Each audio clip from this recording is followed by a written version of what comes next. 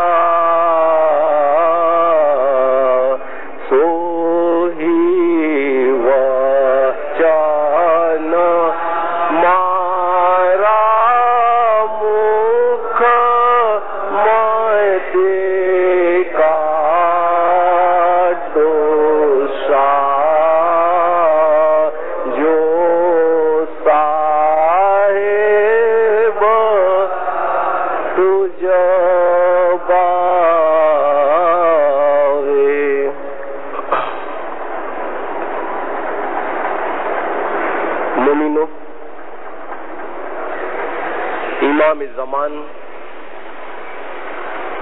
مرشد کامل رہنما و رہبر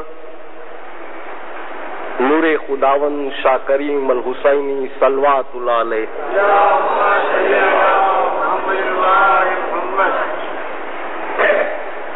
پیر فرماتے ہیں کہ کروں سیوا تمہاری سری ہو قائم ساجی تم انہیں سروے بدھ آوے.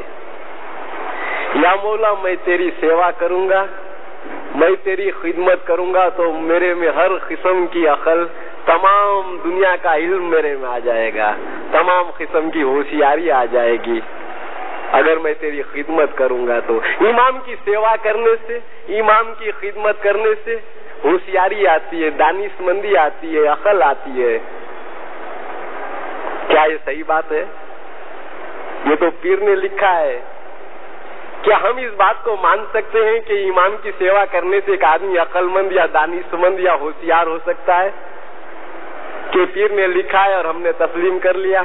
کہ ہمارے سامنے کوئی ایسی مثال ہے, ہمارے سامنے کوئی ایسا پروف ہے کہ امام کی سیوا کرنے والے واقعی عقل مند, دانش مند اور ہوشیار اور قابل تھے؟ دنیا نے اس کی عقل مندی اور دانش مندی کو تسلیم کر لیا.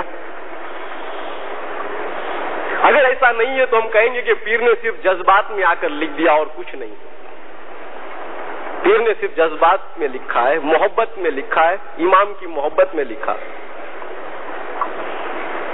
ہم آپ کو بتلاتے ہیں, سلمان فارسی کو آپ جانتے ہیں, یہ آتش پرست تھا, یہ آگ کی پوجا کرنے والا تھا, مولا علی کی خدمت کی, اہل بیت کے درجے پر پہنچا صلوات اللہ علیہ.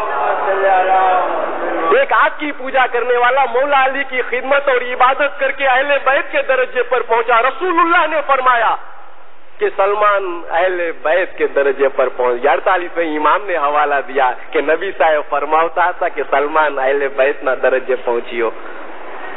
یہ آتش پرست مولا کی خدمت کیا, حضرت علی کا غلام تھا, یہ خادم تھا, خدمت گار تھا, تو کس بڑے درجے پر پہنچا؟ اہل بیت کے درجے پر پہنچا. کروں سیوا تمہاری سی ہو قائم سامی تم انہیں سروے بدھاوے. مولانا روم تھے, ان کی بھی حیثیت معمولی تھی, وہ پیدائشی کوئی بڑے عالم نہیں تھے, ان کی کوئی حیثیت نہیں تھی, اس کو کوئی جانتا تک نہیں تھا. جب پھر شمس تبریز کی ملاقات ہوئی, شمس تبریز سے ملے, شمس تبریز نے ان کو امام کے گھر کی شناخت کرائی اور انہوں نے عبادت شروع کی, مولا کی خدمت کی. تو مولانا روم کی لکھی ہوئی مثنوی کو قرآن کے برابر درجہ دے دیا گیا. مولانا روم کی مثنوی کو فارسی قرآن کہتے ہیں, معلوم ہے آپ کو, ایران میں جا کر پوچھائیے آپ. مولانا روم کی مثنوی کو فارسی قرآن کہتے ہیں. اللہ کی کتاب سے ایک انسان کی کتاب کو ملایا جاتا ہے, یہ کہاں کا انصاف ہے؟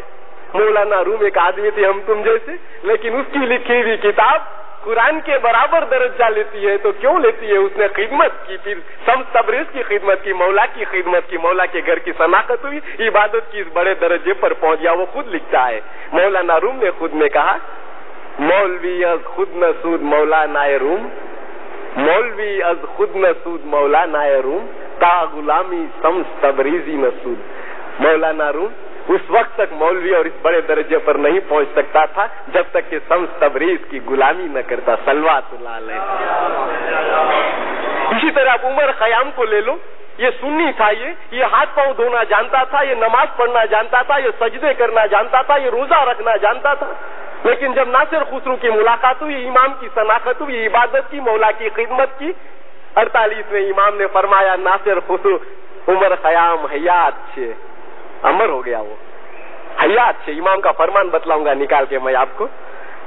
امر ہو گیا وہ عمر خیام، امر ہو گیا مولا کی سیوا کر کے. یہ ہمارے سامنے مثالیں ہیں، ایگزامپل ہے ہمارے سامنے. ہم دیکھ سکتے ہیں دنیا پر نظر ڈال کر کہ جتنے بھی خدمت کی اس گھر کی وہ آباد ہوئے ہیں. کروں سریوا تمہاری سریو قائم شاہ تم انہیں سروے بدھاوے. ہر قسم کی عقل آتی ہے. پھر صدر دن کی خدمت کرتے تھے. 48 میں امام نے فرمایا پھر صدر دن بدھیوان دانا ساچو અને સાફ બાતુનો હતો. دیکھو پیر کو بھی ٹائٹل مل گیا. اس نے بھی مولا کی خدمت کی، اس نے بھی 16 گھنٹے عبادت کی. جس نے بھی خدمت کی مولا کی، جو بھی اس گھر میں آیا اور خدمت کرتا ہے. اور یہ سلسلہ اسلام جب سے اسٹارٹ ہوا اسی وقت سے چالو ہے. اللہ کے رسول کی خدمت کرتے تھے لوگ آ کے. آپ نے اہل صفا کا نام سنا ہوگا. اللہ کے رسول کے زمانے میں جو ابو ہریرہ کی روایت ملتی ہے مسلم شریف میں، اس میں بتلایا گیا کہ 70 لوگ تھے اس زمانے میں. جب تک یہ روایت لکھی گئی 70 لوگ تھے. مسجد میں ایک چبوترا بنایا گیا تھا، اس کے اوپر یہ لوگ بیٹھتے تھے، اللہ کے رسول کی رات دن خدمت کرتے تھے. اس کو اہل صفا کہتے ہیں.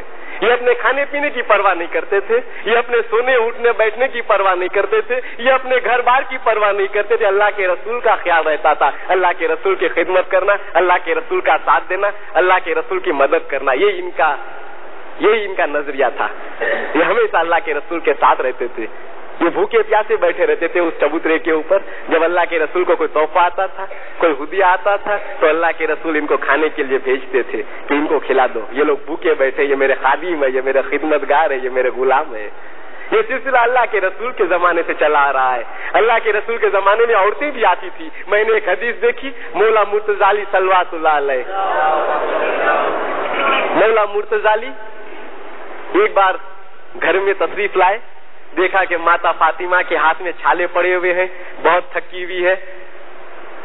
مرتضی نے فرمایا فاطمہ بہت تھک جاتی ہے گھر کا کام کر کے. فاطمہ نے کہا یا مولا بہت تھک جاتی ہوں. کہا کہ اللہ کے رسول کے پاس بہت سی باندی آئی ہیں، بہت سے خادم آئے ہیں خدمت کرنے کے لیے، تو جا کر ایک باندی مانگ لا. یہ خدمت کرنے والی باندی مانگ کر لا لے. اسے یہ پتا چلتا ہے کہ عورتیں بھی آتی تھی اور کہتی تھی کہ یا اللہ کے رسول ہم تمہاری خدمت کرنے کے لیے تیار ہیں، ہم کو موقع دو. عورتیں بھی آتی تھی جیسا آج ہماری عورتیں ہیں نا، یہ ہماری بھائی لوگ ہیں، انہوں نے بھی سیوا میں نام دلایا. یہ اللہ کے رسول کے زمانے سے چلے آ رہا ہے. عورتیں بھی آتی تھی اور کہتی تھی ہم خدمت کرنا چاہتے ہیں، رسول اللہ ہم کو موقع دو. یہ جنگ میں بھی جاتی تھی، یہ شہیدوں کو پانی پلاتی تھی، یہ شہیدوں کی تیمارداری کرتی تھی، یہ خود تلوار لے کر لڑتی تھی. یہ عورتیں بھی خدمت کرتی تھی. یہ بھی آتی تھی اللہ کے رسول کے پاس. مرد لوگ بھی آتے تھے. مرتضی کے زمانے میں ہوا، امام حسین کے زمانے میں ہوا. 1400 سال سے یہ سلسلہ چلا آ رہا ہے سیوا کا. لیکن سیوا کے ساتھ ساتھ یہ لوگ عبادت کرتے تھے. سیوا کے ساتھ مولانا روم نے عبادت کی، سیوا کے ساتھ عمر خیام نے عبادت کی، سیوا کے ساتھ سلمان فارسی عبادت کرتا تھا. تو ان لوگوں نے اتنا بڑا درجہ حاصل کر لیا. ہم بھی مولا کی سیوا کرتے ہیں. ہم نے بھی یہ 500 میں نام لکھایا ہے یا 1200 میں نام لکھایا ہے. 5 سال یا 12 سال میں ہم داخل ہوئے ہیں تو ہماری محبت سے داخل ہوئے یا نہیں؟ ہمارے دل میں یہ محبت تھی کہ نہیں ہمارے مولا کی خدمت کرنا چاہتے ہیں. اگر یہ محبت ہمارے دل میں نہیں ہوگی تو معاف کرنا آپ کو فائدہ نہیں ہوگا. امام نے خود فرمایا، مولانا حاضر امام نے فرمایا کہ اگر تمہیں تمہارو دوست داخل થયું એમ સમજીને આવ્યા હોય, તમારા મા બાપે કીધું હોય અને તમે દાખલ થયા હો, یا કોઈના દેખા દેખી તમે દાખલ થયા હો તો અમે તમારી સેવાને કબૂલ નહીં કરીએ.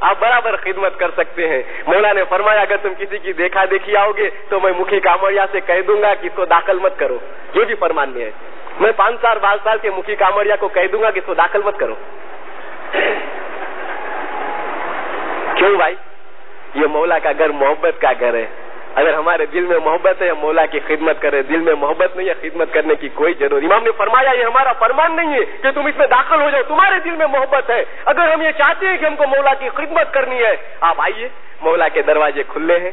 5 سال خدمت کیجیے, 12 سال خدمت کیجیے, 50 سال خدمت کیجیے. آپ کے ہاتھ میں ہے یہ آپ کے ہاتھ میں. سیوا کا حضور ملے گا آپ کو, سیوا کا بدلہ ملے گا. مگر کب؟ جس نے بھی سیوا کی سب کو اس کا بدلہ ملا ہے. مولا کسی کو خالی ہاتھ واپس نہیں لوٹاتا. ایک مالک کے 3 غلام تھے, ایک بادشاہ کے 3 غلام. بادشاہ تینوں کو آزمانا چاہتا تھا کہ تینوں غلام میں سب سے اچھا کون ہے. ایک بار اس نے اپنے خاص آدمی کو بلا کر کہا کہ نمبر 1 غلام جو ہے اس کو یہ گھوڑا انعام دو اور کہہ دو کہ یہ گھوڑا میں نے انعام میں بھجوایا ہے. خادم گھوڑا لے کر گیا اور اس غلام کو کہا کہ یہ گھوڑا بادشاہ نے انعام میں بھیجا ہے, یہ گھوڑا رکھ لے, تجھے انعام میں دیا گیا ہے. وہ خادم غلام کیا کہتا ہے معلوم ہے؟ کیا اچھی چیز بھیج دی بادشاہ نے, کیا بہترین چیز بھیجی ہے. اب میں بہت گھوموں گا, بہت پھروں گا, دور دور کی مسافری کروں گا. چھٹیوں کے دنوں میں تو وہ مزہ آئے گا, وہ مزہ آئے گا, وہ مزہ آئے گا. خادم نے بادشاہ کو رپورٹ دے دی کہ وہ غلام اس طرح کہتا تھا. بادشاہ نے دوسرا گھوڑا کہا نمبر 2 غلام کو دیکھا, اور دیکھو وہ کیا کہتا ہے, اس کی بھی بات سنیں گے ہم. دوسرے غلام کے پاس گھوڑا لے کر گیا اور کہا کہ بادشاہ نے یہ گھوڑا انعام بھجوایا ہے, انعام میں بھجوایا ہے. وہ دوسرا ذرا تکبر کرنے والا تھا, وہ کہتا ہے دیکھا وہ دونوں کو نہیں پوچھا, مجھے پوچھا ہے. میں عقل مند ہوں, میں ہوشیار تھا بول کے بادشاہ نے مجھے یاد کیا. اگر مجھ میں دانش مندی نہیں ہوتی, اگر میں اچھی طرح سے بادشاہ کی خدمت نہیں کرتا تو گھوڑا کیسے ملتا. یعنی یہ تو میری محنت کا پھل ہے, میری عقل مندی کا پھل ہے, میری دانش مندی کا پھل ہے. بہت خوش ہو گیا وہ. خادم نے جا کر کہا کہ دوسرا غلام تو یہ کہتا تھا کہ اس کی دانش مندی کی وجہ سے آپ نے انعام دیا ہے. بادشاہ نے کہا تیسرے غلام کے پاس جاؤ اور اس کو بھی گھوڑا انعام میں دے کے آؤ. وہ تیسرے غلام کے پاس گیا اور گھوڑا انعام دیا کہ بادشاہ نے انعام بھیجا ہے. تیسرا غلام کیا کہتا ہے معلوم ہے؟ بادشاہ نے بہت اچھا کیا. مجھے بادشاہ کی خدمت کرنے کے لیے جانے میں بہت تکلیف ہوتی تھی, راستہ دور ہے, 1-2 گھنٹے تک مجھے چلنا پڑتا تھا. اب میں گھوڑے پر بیٹھ کر جلدی پہنچ جاؤں گا اور بادشاہ کی خدمت 1-2 گھنٹہ زیادہ کر سکوں گا. میرے مالک نے گھوڑا بھیجا, بہت اچھا کیا, میں اور زیادہ خدمت کروں گا, اور زیادہ خدمت کروں گا. مالک اور زیادہ راضی ہوگا اور زیادہ انعام دے گا. خادم نے کہا کہ تیسرا غلام اس طرح کہتا ہے. بادشاہ نے کہا وہ سچا ہے, وہ غلام سچا ہے جو خدمت کی امید رکھا ہوا ہے کہ مالک نے دیا تو اور خدمت کروں گا, زیادہ خدمت کروں گا, مالک کو بہت خوش کروں گا. اسی طرح اگر مالک ہم کو دیتا ہے نا, ہم کو سب کو دنیا میں آباد کر دیا. جتنے بھائی جو 5 سال 12 سال میں ہے نا, اس بات کا ثبوت ہے کہ مولا نے دنیا میں ہم کو آباد کیا ہے. تو ہم کو یہ سمجھنا چاہیے کہ مولا نے دیا ہے تو ہم مولا کی اور سیوا کریں, اور سیوا کریں, اور خدمت کریں. یہ سچے مومن کی نشانی ہے, یہ سچی محبت کی نشانی ہے. اگر آپ یہ سمجھیں گے کہ مولا نے دیا ہے, ہماری عقل سے دیا ہے, ہماری دانش مندی سے دیا ہے, دوسرے غلام کی حالت ہے یہ. ہماری حالت تو یہ ہے کہ مولا نے دیا ہے, ہم کو اور خدمت کرنا چاہیے. ہم اور خدمت کریں گے, مولا اور راضی ہوگا, اور انعام دے گا, اور راضی ہوگا, اور انعام دے گا. ہمارا فرض یہ کہ مولا کو زیادہ سے زیادہ راضی کرنے کی کوشش کریں. قرآن مسجد میں آیا ہے, کلام پاک میں اللہ تعالیٰ فرماتا ہے کہ اے ایمان والو, اللہ کا کثرت سے ذکر کرو تاکہ فلاح پاؤ. اللہ کی زیادہ سے زیادہ عبادت کرو کہ تم فلاح پاؤ. اور رسول اللہ کیا فرماتے تھے معلوم ہے؟ رسول اللہ نے فرمایا کہ اللہ کا ذکر صدقات, خیرات اور جہاد سے افضل ہے. یعنی رسول اللہ کے زمانے میں, مولا مرتضی علی کے زمانے میں, امام حسین کے زمانے میں لوگ جہاد میں جاتے تھے, اپنا سر کٹا دیتے تھے, جسم پر تیروں اور برچھیوں کے گھا لگتے تھے, جسم چھلنی ہو جاتا تھا. اپنی جان کی یہ لوگ پرواہ نہیں کرتے تھے. لیکن رسول اللہ نے حدیث میں فرمایا, مسلم شریف میں ہے, کہ اللہ کا ذکر یعنی اللہ کی عبادت جہاد سے, صدقات سے اور خیرات سے بھی افضل ہے, یعنی اعلیٰ ہے, بڑھی ہوئی ہے. اور پیر نے اس حدیث کو گنان میں لکھا ہے, پیر نے اس حدیث کو اپنے الفاظ میں گنان میں لکھا ہے. سر ساٹا جو کیجیے تو ریڑھی جگائیے آپ, سر ساٹا جو کیجیے, سر دینے کی تمنا ہے تو ریڑھی جگائیے آپ, جیو لگائیے جکر سو تو ساچا سوری جن پاس. اگر سر دینے کی تمنا ہوتی ہے تو رات میں جاگو, مولا کا ذکر کرو تو مولا تمہارے پاس ہوگا. صلوات اللہ علیہ. یہ حدیث تھی کہ اللہ کا ذکر صدقات سے, جہاد سے اور خیرات سے افضل ہے. اللہ کی جو عبادت ہے وہ مغز ہے. غزالی نے اپنی کتاب میں لکھا ہے کہ اس مغز پر 3 پوست ہوتے ہیں. 3 پوست ہوتے ہیں.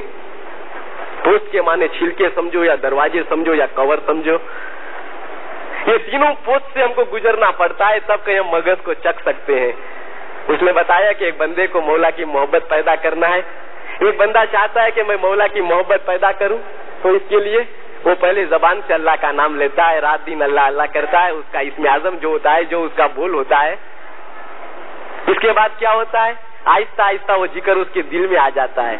غزالی لکھتا ہے کہ انسان کا جو دل ہے وہ خدا کی محبت کا متوالا ہوتا ہے. ہر دل کی سب سے مرغوب چیز جو ہے وہ خدا کا ذکر ہے, لیکن اس ذکر کو دل میں بٹھانا بہت مشکل ہے. آہستہ آہستہ جب پریکٹس ہوتی ہے تو ذکر دل میں آ جاتا ہے.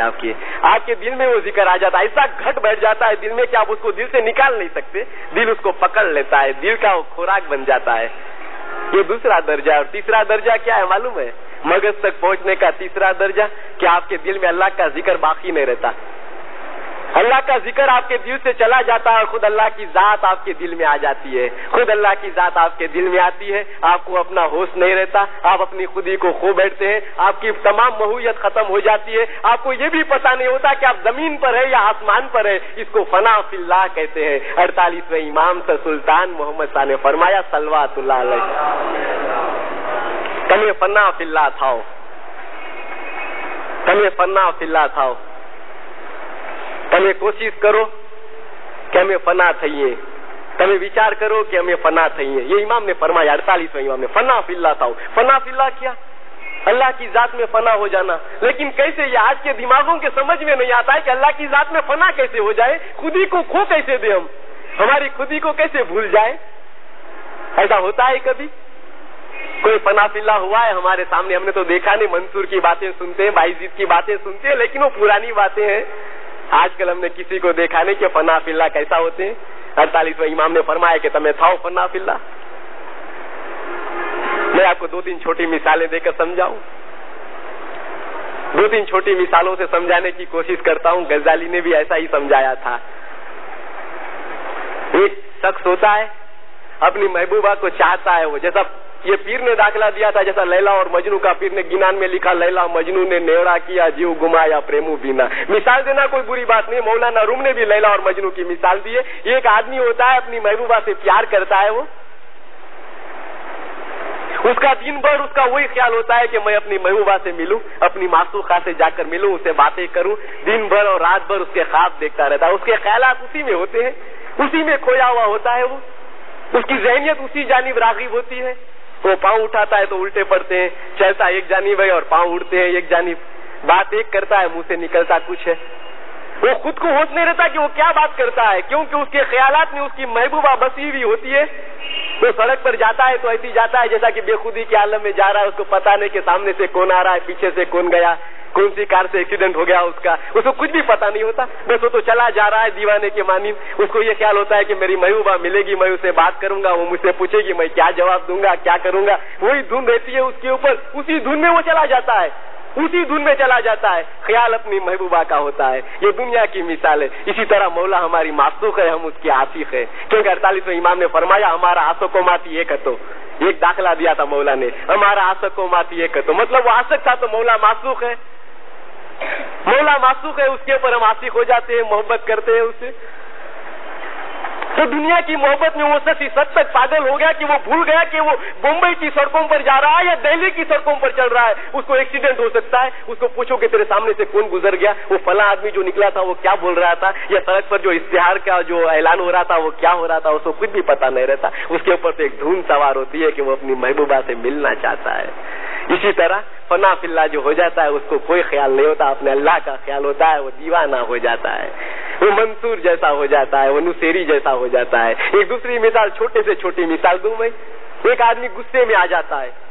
ہر آدمی کو اپنا مال پیارا ہوتا ہے, اپنی عزت پیاری ہوتی ہے. مال اور عزت ہر آدمی کو پیارا ہوتا ہے. اگر آپ کی عزت پہ, اگر آپ کے مال پر کوئی دشمن حملہ کرے تو اگر آپ کی عزت پہ یا آپ کے مال پہ کسی دشمن نے حملہ کر دیا، سمجھ لو آپ ایک دم غصے میں آ جاؤ گے، آگ بگولا ہو جاؤ گے، غیظ و غضب آپ پر طاری ہو جائے گا، آپ کی آنکھیں سرخ ہو جائے گی، چہرہ لال ہو جائے گا، تمتما اٹھے گا، آپ کا سارا بدن تھر تھرا اٹھے گا، سارا جسم کانپے گا آپ کو ہوش نہیں ہوگا کہ آپ کہاں کھڑے ہوئے، لوگ آپ کو دیکھ رہے ہیں، لوگ آپ پر ہنس رہے ہیں، لوگ آپ پر انگلی اٹھا رہے ہیں، کون آپ سے ہمدردی کر رہا ہے، کون آپ پر ہنس رہا ہے، کون آپ پر چھینٹا کسی کر رہا ہے، آپ کو خود کا خیال نہیں ہوگا، آپ کو یہ بھی نہیں معلوم ہوگا کہ آپ بازار میں کھڑے ہوئے یا گھر میں کھڑے ہوئے، بس آپ غصے میں اس قدر لال پیلے ہو جاؤ گے کہ تھوڑی دیر کے لیے آپ اپنے آپ کو بھول جاؤ گے۔ یہ خودی کو کھو دینا کہتے ہیں، یہ فنا فی اللہ کی نشانی ہے، یہ دنیا کی مثال میں بتلایا۔ لیکن جو بندہ اپنے مولا کی محبت میں اس حد تک پہنچ جاتا ہے، مولا کی محبت جس بندے کے جسم میں سر سے پاؤں تک سرائیت کر جاتی ہے، وہ فنا فی اللہ ہو جاتا ہے، صلوات اللہ علیہ۔ وہ فنا فی اللہ کے درجے پر پہنچ جاتا ہے جس کے دل میں یہ محبت سرائیت کر جاتی ہے، کیونکہ اس کو ایک ہی قسم کا خیال رہتا ہے۔ ہم نے تاریخ پڑھی ہے مسلمان بادشاہوں کی، شہنشاہ جلال الدین محمد اکبر کا زمانہ تھا، بادشاہ شکار کو گیا ہوا تھا، واپسی کے وقت مغرب کا وقت ہو گیا ہے۔ مسلمان بادشاہ نماز پڑھنے میں بڑے پکے ہوتے تھے، نماز برابر وقت پہ پڑھتے تھے۔ اسی وقت گھوڑے سے نیچے اتر گیا بادشاہ اکبر اور مصلی بچھایا سڑک کی ایک بازو اور نماز شروع کر دی۔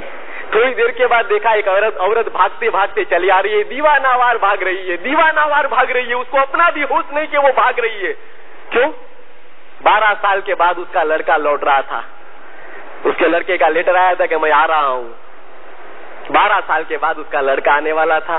اس عورت کو معلوم ہوا کہ آج میرا لڑکا آنے والا ہے، جوان لڑکا ہے، تو اس کو لڑکے کا خیال آ رہا تھا میرا لڑکا کیسا ہوگا، کتنا بڑا ہو گیا ہوگا، اس کی صورت بدل گئی ہوں گی یا نہیں، وہ موٹا ہو گیا ہوگا یا دبلا ہو گیا ہوگا، وہ لمبا ہوگا یا گڈھا ہوگا۔ کتنے ہی خیالات اس کے دماغ میں آ رہے تھے لڑکے کے بارے میں، گورا ہوگا یا کالا ہوگا، کیسا ہو گیا ہوگا، میرے کو پہچانے گا یا نہیں پہچانے گا، میں اس کو پہچانوں گی یا نہیں پہچانوں گی۔ بس یہی خیالات اس کے دماغ میں گونج رہے تھے۔ وہ سڑک پر بھاگ رہی تھی، کیوں کہ وہ شہر کے دروازے پر پہنچ کر اپنے لڑکے کا استقبال کرنا چاہتی تھی، ویلکم کرنا چاہتی تھی اس کو۔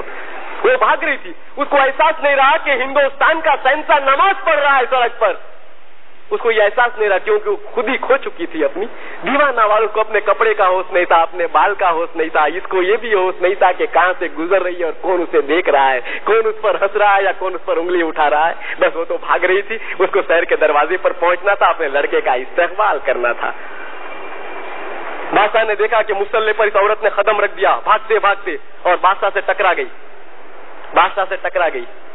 نماز میں خلل پیدا ہوا شہنشاہ کو۔ اسی وقت حکم دیا کہ اس کو گرفتار کر کے کل دربار میں پیش کر دیا جائے۔ میں آپ کو یہ بتلانا چاہتا تھا کہ یہ بے خودی ہوتی ہے، یہ دنیا کی محبت میں انسان بے خود ہو جاتے ہیں، لڑکے کی محبت میں، ماں کی محبت میں، عورت کی محبت میں، اسی طرح خدا کی محبت میں بھی ہم بے خود ہو سکتے ہیں، فنا فی اللہ ہو سکتے ہیں، اور یہ کوئی بڑی بات نہیں ہے۔ یہ میں اس لیے سمجھا رہا تھا کہ آپ کو فنا فی اللہ کا مطلب سمجھ میں آ جائے، فنا فی اللہ کا مطلب آپ کے سمجھ میں آئے۔ دوسرے دن اسی عورت کو دربار میں پیش کیا گیا۔ بادشاہ نے پوچھا کہ تجھے معلوم نہیں تھا گستاخ عورت کہ میں نماز پڑھ رہا تھا، میں جہاں پناہ ہوں، ہندوستان کا شہنشاہ ہوں، ایک تو میری بے عزتی کی اور دوسرا میری نماز میں خلل پیدا کیا۔ کافر عورت ہے، مسلمان نہیں، اگر مسلمان ہوتی تو اسے پتا چلتا کہ نماز پڑھ رہا ہے، مجھے دور سے چلنا چاہیے، اپنی صفائی میں کچھ کہنا ہے یا تیری گردن اڑا دی جائے۔ بادشاہ نے سوال پوچھا، آخری سوال تھا یہ، اپنی صفائی میں کچھ کہے یا تیری گردن اڑا دی جائے گی۔ اس عورت نے کہا، جہاں پناہ صفائی میں کیا کہوں، میں اپنے لڑکے سے ملنے جا رہی تھی، لڑکے کے خیالات میرے دماغ پر چھائے ہوئے تھے، مجھے اپنا بھی ہوش نہیں تھا، مجھے آپ کا بھی ہوش نہیں تھا، میں قسم کھا کے کہتی ہوں کہ میں نے آپ کو نہیں دیکھا، حالانکہ آپ سڑک پر کھڑے ہوئے تھے، میں آپ کو نہیں دیکھ سکی کیونکہ میرے جو خیالات تھے میرے لڑکے میں تھے، وہ اسی میں الجھے ہوئے تھے، اور میں شہر کے باہر گیٹ پر پہنچنا چاہتی تھی تاکہ میرے لڑکے کا استقبال کیا جا سکے۔ میں سچ کہتی ہوں جہاں پناہ میری کوئی غلطی نہیں ہے، آپ مجھے معاف کر دو، لیکن بادشاہ کہتا تھا یہ جھوٹ بولتی ہے، اس کی گردن اڑا دی جانی چاہیے۔ اس عورت نے کہا کہ جہاں پناہ ایک سوال پوچھوں؟ اکبر نے کہا پوچھو۔ اس نے کہا پوچھو، آپ کیا کر رہے تھے؟ میں نماز پڑھ رہا تھا۔ بادشاہ جواب دیتا ہے میں نماز پڑھ رہا تھا۔ کس کے لیے نماز پڑھ رہے تھے؟ اپنے لیے نماز پڑھ رہا تھا کس کی نماز؟ خدا کی نماز. کیوں نماز پڑھ رہے تھے؟ اس لیے کہ نماز پڑھنا فرض ہے. زبردستی سے نماز پڑھ رہے تھے, کسی کو دکھانے کے لیے نماز پڑھ رہے تھے, یا خدا کی محبت میں نماز پڑھ رہے تھے؟ عورت سوال پوچھتی ہے. کسی کو بتانے کے لیے کہ ہندوستان کا شہنشاہ نماز پڑھتا ہے, اسی لیے آپ نماز پڑھ رہے تھے کہ اللہ کی محبت میں نماز پڑھ رہے تھے؟ شہنشاہ نے جواب دیا کہ اللہ کی محبت میں نماز پڑھ رہا تھا, اللہ کی محبت میں نماز پڑھ رہا تھا. تو وہ جواب دیتی ہے عورت کہ جہاں پر نا آپ اللہ کی محبت میں نماز پڑھ رہے تھے, اللہ کی محبت آپ کے دل میں تھی, اور آپ نماز پڑھ رہے تھے, میرے جیسی ایک ناچیز کنیز آپ کے بازو سے گزری اور آپ کو تھوڑا سا دھکا لگ گیا تو آپ کی محبت ٹوٹ گئی, آپ کے خیالات ٹوٹ گئے, آپ کی نماز میں خلل پیدا ہو گیا. ایسی کیسی محبت ہے آپ کی؟ ارے مجھے دیکھو, میں ناچیز عورت تھی, خالی اپنے بیٹے کی محبت میرے دل میں تھی, بیٹے کے خیالات تھے, لیکن آپ جیسا شہنشاہ بھی مجھے نہیں دکھا, مجھے سڑک کی کوئی چیز نہیں دکھی, صرف میرے بیٹے کا خیال تھا. اگر آپ بھی سچی محبت سے نماز پڑھتے اور صرف اللہ کا خیال آپ کے دماغ میں ہوتا تو آپ مجھے نہیں دیکھ سکتے تھے, آپ کی نماز میں خلل پیدا نہیں ہو سکتی تھی. لیکن آپ محبت سے نماز نہیں پڑھ رہے تھے, آپ جھوٹے ہیں محبت کے دعوے میں. بادشاہ کو اپنا کان پکڑنا پڑا کہ عورت سچ کہتی ہے, سچ کہتی ہے کہ دنیا کی انسانوں کی محبت میں ایک انسان اپنی خود ہی کھو سکتا ہے, تو خدا کی محبت میں کیوں نہیں؟ Verily we belong to God and we shall return to Him. در حقیقت ہم خدا کی جانب سے آئے, خدا میں سے آئے ہیں, خدا میں ہم کو واپس لوٹنا ہے. اِنَّ لِلَّهِ وَإِنَّا إِلَيْهِ رَاجِعُونَ بولتے ہیں نا, خدا میں سے ہم آئے ہیں, خدا میں ہم کو واپس لوٹنا ہے.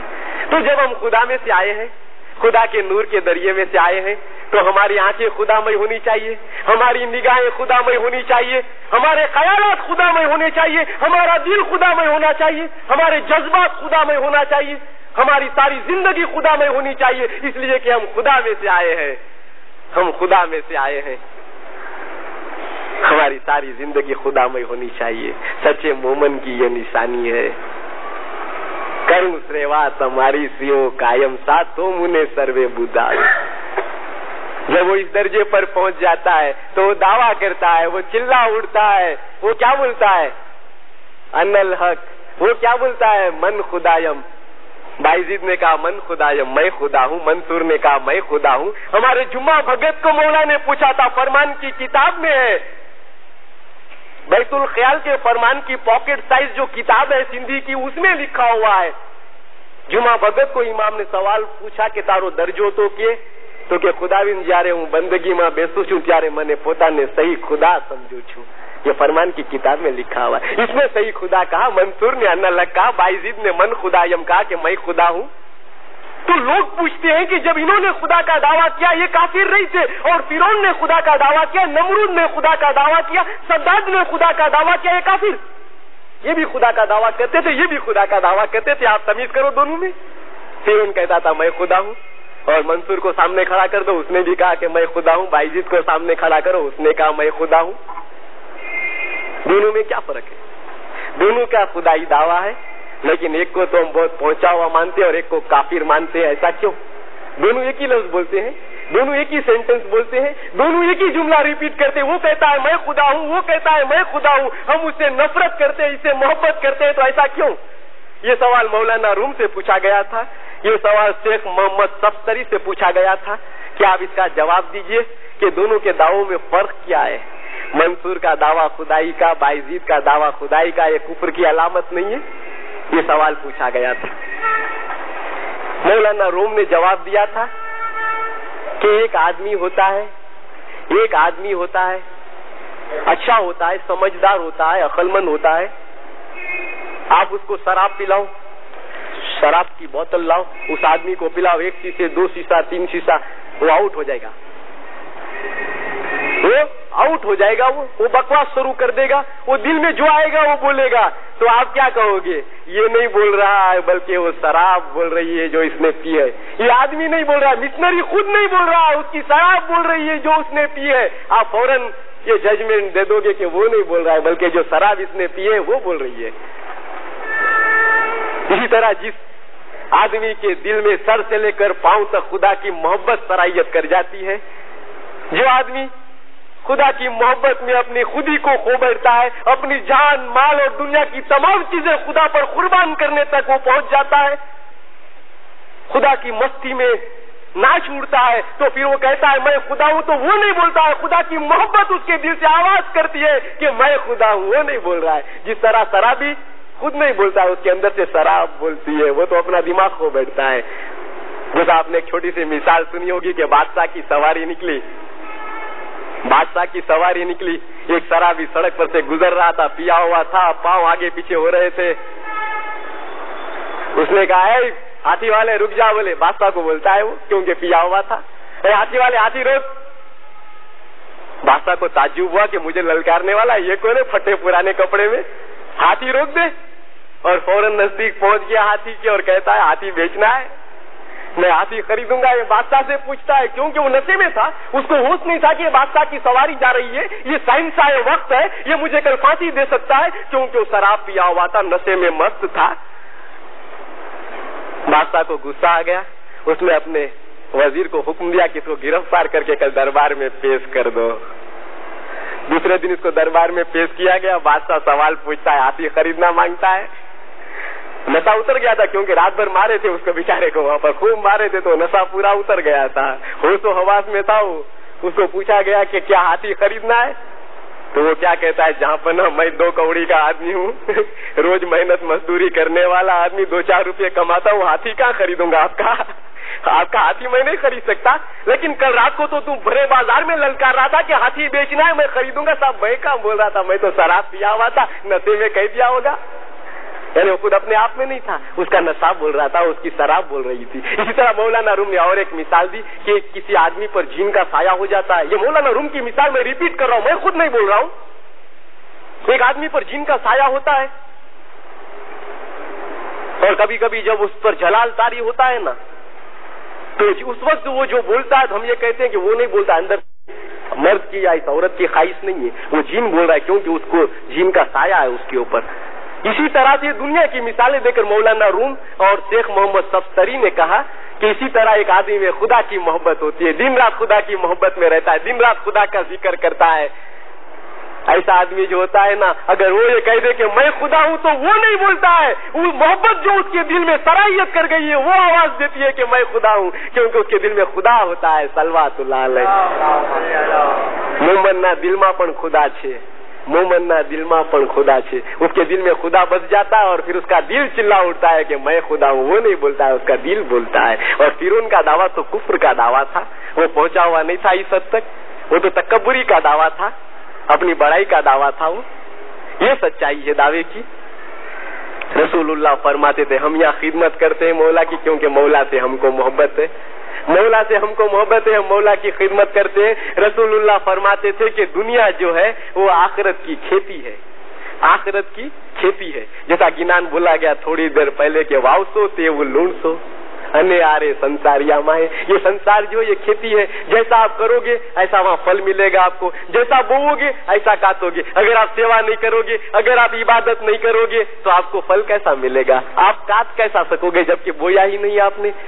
پیر پوچھتے ہیں، چیلنج کر کے پوچھتے ہیں کہ ونواریا جنہیں لوڑیا تے پیر کہ مجھے دیکھا دو، بتاؤ بولے میرے کو آ کے. اگر بغیر کسی نے بوئے کاٹ لیا ہو تو مجھے بتاؤ، میرا چیلنج ہے. ونواریا جنہیں لوڑیا تے پیر کہ مجھے دیکھا دو، بتاؤ مجھے. ایسا کسی نے لوڑا ہے نہیں، جس نے بویا ہے اسی نے کاٹا ہے. یہ دنیا ہے نا، یہ دنیا ہے. یہ دنیا میں انسان کو کس طرح رہنا چاہیے؟ ایک مثال دوں، دنیا میں انسان کو کس طرح رہنا چاہیے؟ مولا کی طرف محبت ہونی چاہیے. دنیا میں کیسے رہنا چاہیے اس کو؟ ایک مثال میں نے ایسی پڑھی تھی کہ ایک آدمی دنیا کی محبت اور مولا کی محبت دونوں کو ایک ساتھ اپنے دل میں نہیں رکھ سکتا، کیونکہ انسان کا دل ایک ہوتا ہے. دونوں محبت ایک ہی دل میں نہیں آ سکتی. ایک میان میں 2 کھڑک دیکھا سنا نہ کان، کبیر کہتا نا ایک میان میں 2 تلوار نہیں رہ سکتی. اسی طرح ایک دل میں دنیا اور خدا دونوں کی محبت نہیں رہ سکتی. غزالی لکھتا تھا کہ جس دل میں دنیا کی اور خدا کی محبت ہے وہ جھوٹا آدمی ہے. وہ کیونکہ ایک ہی برتن میں آگ اور پانی نہیں رہ سکتے. ایک ہی برتن میں آپ آگ اور پانی کو رکھو گے نہیں رہ سکتا. وہ یہ آگ دنیا کی محبت اور اللہ کی محبت آگ اور پانی کے مثال ہے. یہ ایک ہی دل میں نہیں رہ سکتی. یا تو آپ کو دنیا کی محبت کرنی پڑے گی یا پھر مولا کی محبت میں آپ کو زندگی گزارنی ہوگی. لیکن آپ دنیا کو چھوڑ نہیں سکتے، دنیا میں رہنا ہوگا آپ کو. کس طرح سے؟ میں نے ایک مثال پہلے دی کہ ایک عاشق جو ہوتا ہے اپنے محبوبہ کے خیال میں ہوتا ہے, اس کو اسی کا خیال آتا ہے, اس کی آخری منزل وہی ہوتی ہے کہ میں وہاں جاؤں اور اسے ملوں اور اسے بات چیت کروں, وہی خیالات میں کھویا رہتا ہے وہ. اب اس کا باپ اسے بلا کر کہے کہ ذرا کہاں جا رہا ہے, وہ جاتا ہے محبوبہ سے ملنے کے لیے, باپ بلاتا ہے اسی ذرا کہاں جا رہا ہے, بولے باہر گھومنے جا رہا ہوں, نہیں بولے فلاں بینک میں جا کے اتنے پیسے بھر کے آؤ. اس کو برا معلوم ہوگا, ارے میں جا رہا تھا ملنے کے لیے اور ابا نے یہ کام لگا دیا. کرنا تو پڑتا ہے باپ کے در سے, تو جاتا ہے, وہ جاتا ہے کام کرنے کے لیے, مگر خیالات ادھر رہتے ہیں اس کے. یہ کام کرتا ہے مگر خیالات کہاں رہتے ہیں, اپنی محبوبہ کے پاس خیالات رہتے ہیں کہ اسے جا کے ملنا ہے. اس کے ہاتھ برابر کام کرتے ہیں, اس کے پاؤں بینک کی طرف جاتے ہیں. دوسرے کوئی کام کو بھیجتا ہے کہ جا فلانا سیل ٹیکس دے کیا, تو وہ کام کرنے بھی جاتا ہے, وہ مجبوری سے جانا پڑتا ہے اس کو, لیکن خیالات پورے وہاں ہوتے ہیں. اسی طرح ہم جو دنیا کا کام کرتے ہیں, بال بچے پالتے ہیں, دنیا کے دوسرے دھندا روزگار وغیرہ کرتے ہیں, یہ سب ہم اس لیے کرتے ہیں کہ ہم کو دنیا میں کرنے کے لیے بھیجا ہے, لیکن اصل مقصد جو ہے وہ مولا کی محبت ہے. 24 گھنٹے ہم کو مولا کا خیال رہنا چاہیے, 24 گھنٹے ہمارے دل میں مولا کی محبت بسی ہونی چاہیے. اور یہ جو ہم کام کرتے ہیں یہ تو اوپر اوپر سے کرتے ہیں, دنیا کا جتنا کام ہے اوپر اوپر کا ہے. خیالات سب ادھر رہنا چاہیے اس مجنوں کے مثال. اور ہاتھ پاؤں جو چلتے ہیں دنیا کے کام کے لیے, خالی بتانے کے لیے چلتے ہیں کہ کرنا پڑتا ہے, اس کے بغیر کوئی چارہ نہیں ہے, اس کے بغیر کوئی چارہ نہیں. اللہ تعالیٰ فرماتا ہے قرآن میں کہ خدا نیک بندوں کو چاہتا ہے اور نیک بندے بھی خدا کو چاہتے ہیں. خدا نیک بندوں کو چاہتا ہے اور نیک بندے خدا کو چاہتے ہیں. پھر رسول اللہ نے فرمایا کہ وہ مسلمان اگر محبت کا دعویٰ رکھتا ہے اس وقت تک اس کا ایمان مکمل نہیں ہوگا جب تک کہ دنیا کی تمام چیزوں سے زیادہ اللہ اور اس کے رسول سے محبت نہ کرے. اللہ اور اس کے رسول سے دنیا کی تمام چیزوں سے زیادہ محبت اگر کوئی بندہ نہیں کرتا تو اس کا ایمان مکمل نہیں ہے, اس کا ایمان کمزور ہے, اس کا ایمان کچا ہے, کیونکہ دنیا کی تمام چیزوں سے زیادہ اسے اپنے اللہ اور اس کے رسول سے محبت نہیں ہے, اپنے مولا سے محبت نہیں ہے. ہم بندگی کرتے ہیں, ہم پروڑیے بندگی میں آتے ہیں, ابھی بندگی کریں گے 10 سے 10:15 تک. وہ بندگی میں ہمارے خیال رہتے ہیں ٹھکانے پہ. یہ بندگی جو ہے مولا سے نزدیک کرتی ہے ہم کو, ہم اس کی سیوا کر کے اس کے نزدیک ہونا چاہتے ہیں. یہ دنیا ہم کو مولا سے نزدیک, یہ سیوا ہم کو مولا سے نزدیک کرانے کے لیے ہے. ہم بندگی کرتے ہیں, مولا کے نزدیک پہنچنے کا واحد راستہ ہے بندگی, لیکن بندگی میں ہمارے خیالات برابر نہیں رہتے, کیونکہ دن بھر ہم اٹھا پٹک کرتے رہتے ہیں, دن بھر ہمارا کام چلتے رہتا ہے, دن بھر ہمارا دماغ ورک کرتے رہتا ہے, اس کو شانتی نہیں رہتی, اس کو سکون نہیں رہتا. بہت سے لوگ میں دیکھا رات میں بڑبڑاتے رہتے ہیں, رات میں بیپار کرتے ہیں. نیند میں بہت سے لوگ جو دن میں بولتے ہیں وہ رات میں بولتے ہیں. ایک بھگت کو گنان بولنے کی بہت عادت تھی, تو رات میں بھی اٹھ کے بولتا تھا, نیند میں گنان بولتا تھا وہ. میں نے ایک بھگت کو دیکھا حیدرآباد میں کہ جماعت خانے میں گنان بولنے کی عادت, روز 10-12 گنان بولنے والا, تو رات کو نیند میں اٹھ کے گنان شروع کرتا ہو نیند میں. پھر آپ اس کو پوچھو کہ شوکت بھائی کبھی رات میں کتنا گنان بولا تو کہ میں نے یاد نہیں. وہ دن کو جو کام کرتا ہے وہ رات میں کرتا ہے. اگر دن میں آپ کے دماغ کو سکون رہے گا نا, دن میں آپ کے دماغ کو آپ کم کام دو گے, زیادہ کام دماغ سے نہیں لوگے, اس کو شانتی دو گے, تو رات میں اتنی بے چینی نہیں رہے گی. عبادت میں آپ اپنے خیال کو ٹکا سکو گے, عبادت میں آپ ایک دھیان رہ سکو گے. اگر آپ نے دن میں زیادہ کام کیا, دماغ کو زیادہ تکلیف دی, زیادہ ہو ہلا کیا, زیادہ باتیں کی, آپ کے دماغ کو سکون نہیں رہے گا. آپ کے دماغ کو سکون نہیں رہے گا, بندگی میں آپ ایک دھیان سے عبادت نہیں کر سکتے. اور کچی عبادت بیکار ہے, کچی عبادت سے کوئی فائدہ نہیں. کچی عبادت سے کیا فائدہ ہوتا ہے؟ 48ویں امام نے فرمایا 1 منٹની પાકી عبادت 2 વર્ષની કાચી عبادت કરતા વધી જાય છે.